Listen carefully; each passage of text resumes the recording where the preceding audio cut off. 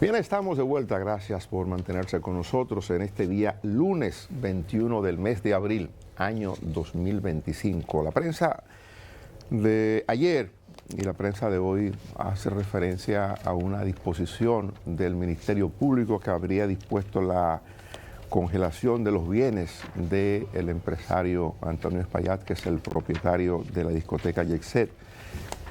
Y bueno, ayer mismo hubo una respuesta de parte de su equipo de abogados encabezado por Jorge Luis Polanco, dando cuentas, negando de que no es cierto que Antonio Espaillat ha intentado hacer ningún movimiento de sus propiedades. Esto ante las demandas que pueden venir, que ya han comenzado en responsabilidad patrimonial de Antonio Espaillat. Sus abogados han dicho que en ningún momento se ha hecho intento de movilizar bienes o acciones de los bienes, y la explicación que se ha dado de fuente del Ministerio Público es de que el Ministerio Público tenía la información de que eso se estaba produciendo.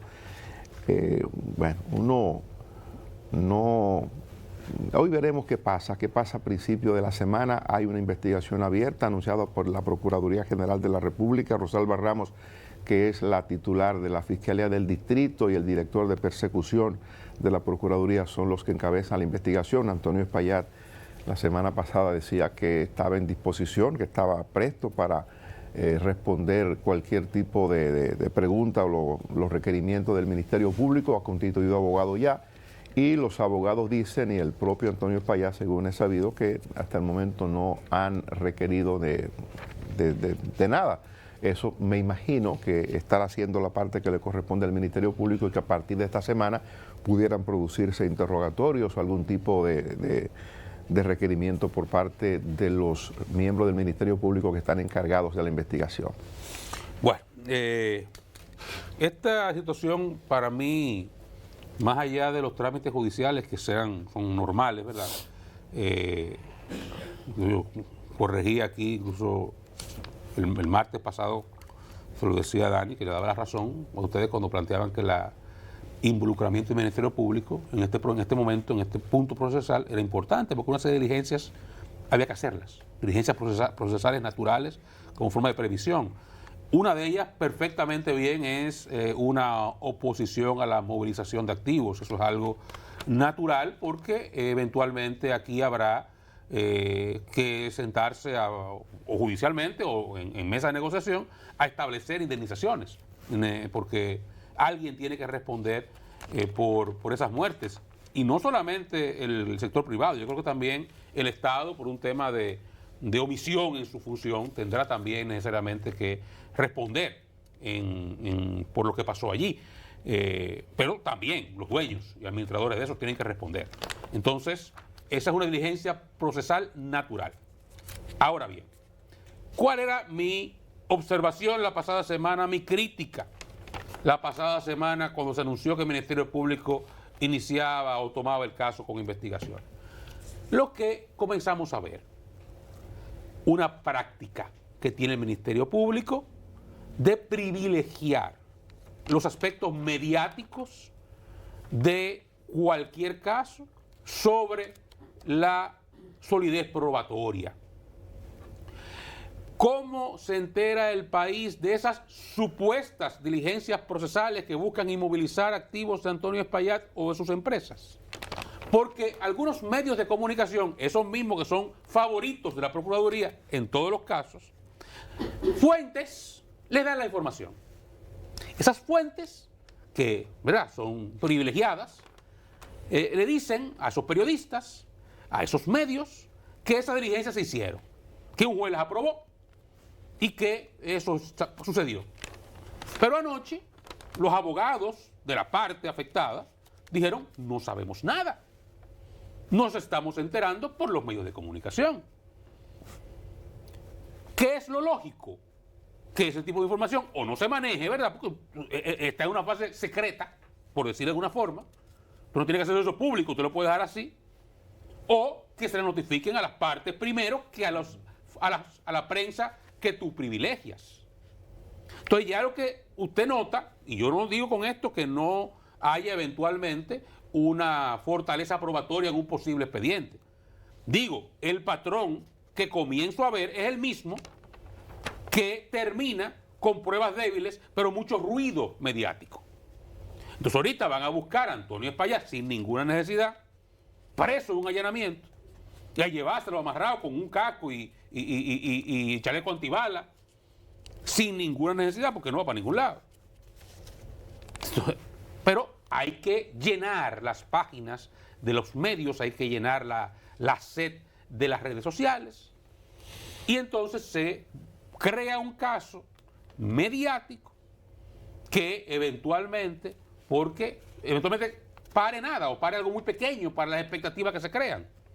Porque he dicho, yo no sé eventualmente qué habrá, porque no soy abogado ni pretendo serlo, pero por lo que he leído, por lo que he visto de gente que no está hablando disparates, sino profesionales serios, lo más gravoso que aquí aparenta aparecer como responsabilidad penal sería homicidio involuntario, que tiene un máximo de 2 años de prisión correccional en un sistema penal en el que no existe el cúmulo de penas.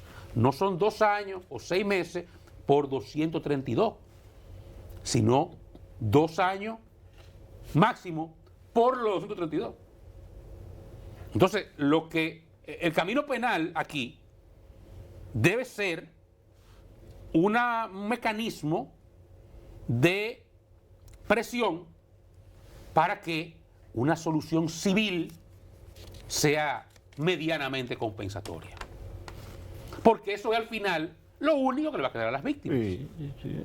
Ahora, si usted lleva a la gente y lo acorrala en el punto en el cual ya no hay nada que perder, ya lo único que queda es salvar dinero. Si usted tiene todavía cosas que salvar, posibilidades de vivir, ¿verdad?, en el país, usted trata de negociar. Pero si ya yo lo coloco en una situación en la cual se perdió todo, entonces ya es más difícil. Ahí entonces peleo todo. Y en vez de sentarse a hablar, ve que peleo todo. Y pelea todo. Y se complica la jugada. Por eso, la pasada semana expresaba mi preocupación, porque este proceder es histórico. Ciertamente, es verdad, yo después dije el otro día, mira, vamos a dar chance, a ver qué hacen. Está en lo correcto. Pero ya comienza a oler mal la vaina. Ya la vaina comienza a jeder. Es un protocolo oficial. ¿No entiendes? Entonces parecería que ya lo que sigue, mañana o pasado, es el show. El allanamiento, el abuso, de irse de madrugada, duerme con ropa, el diablo. ¿Entiendes? Ya no lo usan ese término a propósito. ¿Cuál? Bueno, Él duerme con ropa. tuvo que suicidarse alguien para que lo dejaran de usar. Ya no lo usan. Un cafecito, don Dani. Café Santo Domingo, café del bueno. Yo creo que el Ministerio Público, que tiene allí, ¿no?, excelentes abogados y abogadas. Muchas gracias, señorita. Ministerio Público, representante de todos los dominicanos. Yo creo que hay que hacer las cosas bien. Hay que hacer las cosas bien porque, en este caso, lo que pueden ser los imputados o posibles culpables o responsables tienen muy buen abogado. Tan buen abogado que estuvo así de ser Procurador General de la República, el señor Jorge Luis Polanco.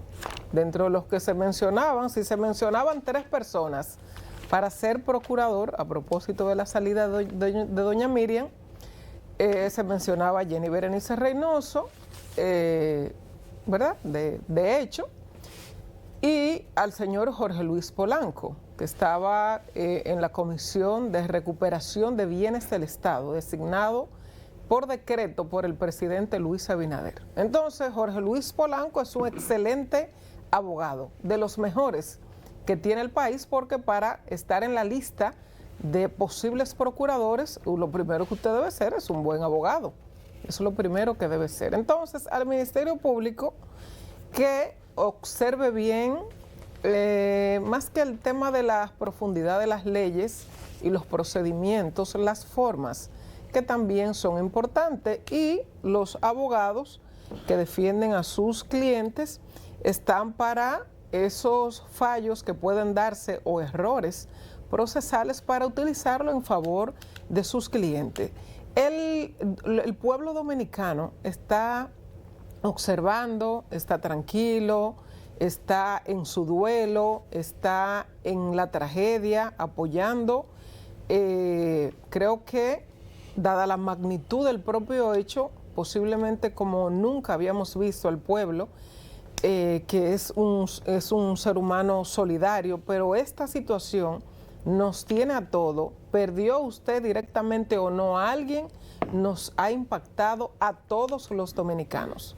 Entonces, observe bien el procedimiento, lleven todo por la regla, por la línea, para que los abogados de la defensa de los posibles imputados no lo utilicen a su favor. El Ministerio Público nos acostumbró desde Jean Alain que si a usted no lo iban a buscar a su casa a las 12 de la noche, a las 2 de la madrugada y lo sacaban algunos hasta en pijama, pues no se estaba llevando a cabo el debido proceso. Entonces, no sé si el pueblo se acostumbró a eso, a esa película o a esa serie de Netflix, de cómo buscaban a las personas. Recuerdan a todos los imputados, el Partido de la Liberación Dominicana, cómo los sacaban de su casa y grabados en cámara de videos que vimos todos posteriormente. Y amanecimos con las portadas de los diarios o con los videos en todas las redes. Dicen algunos que si fuera una discoteca de la Venezuela, de esa de allá de la Venezuela, posiblemente los posibles imputados ya hace rato que estuvieran apresados.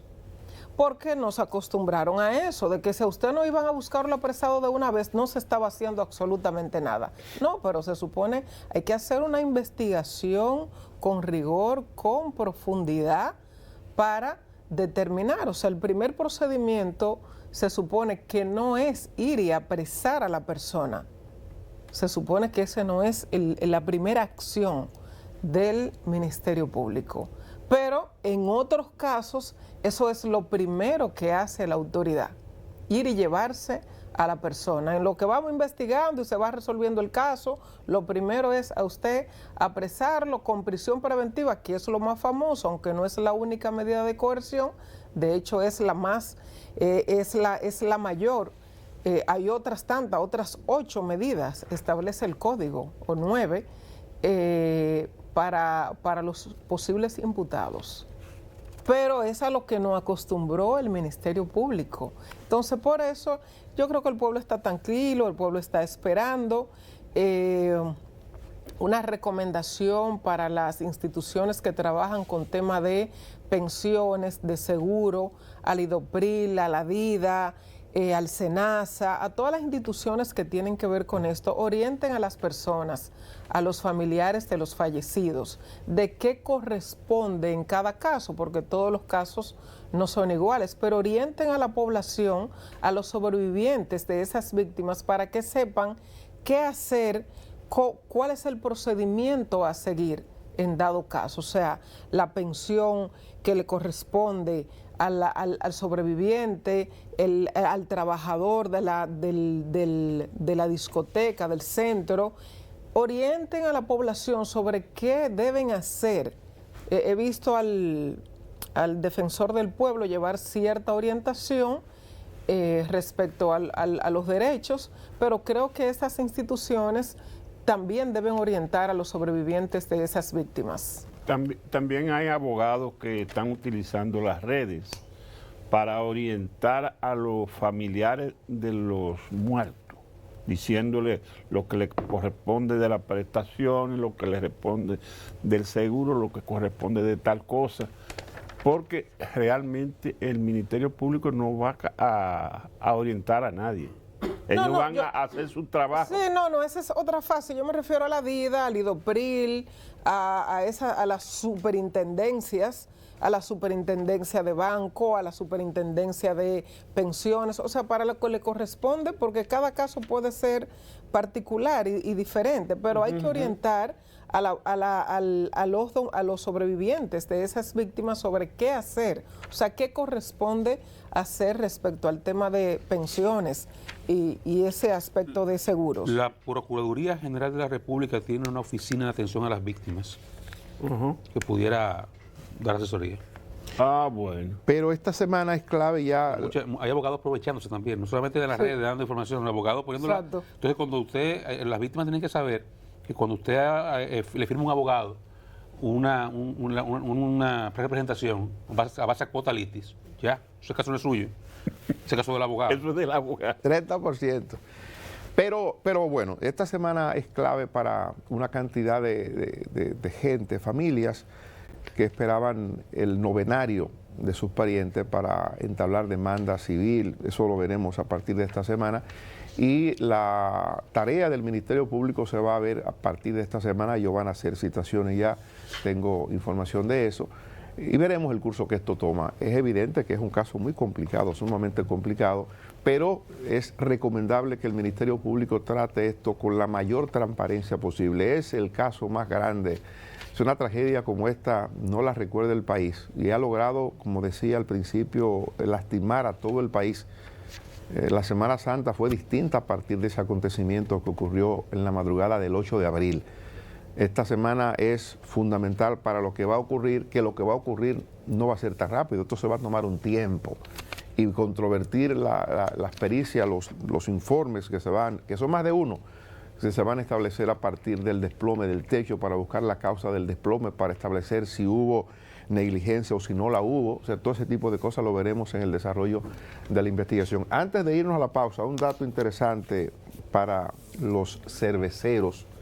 Es una cifra que está publicándose a partir de informaciones de la Dirección General de Impuestos Internos, de que en el año 2024 se aumentó el consumo de cerveza en la República Dominicana, llegando a 21 millones de litros.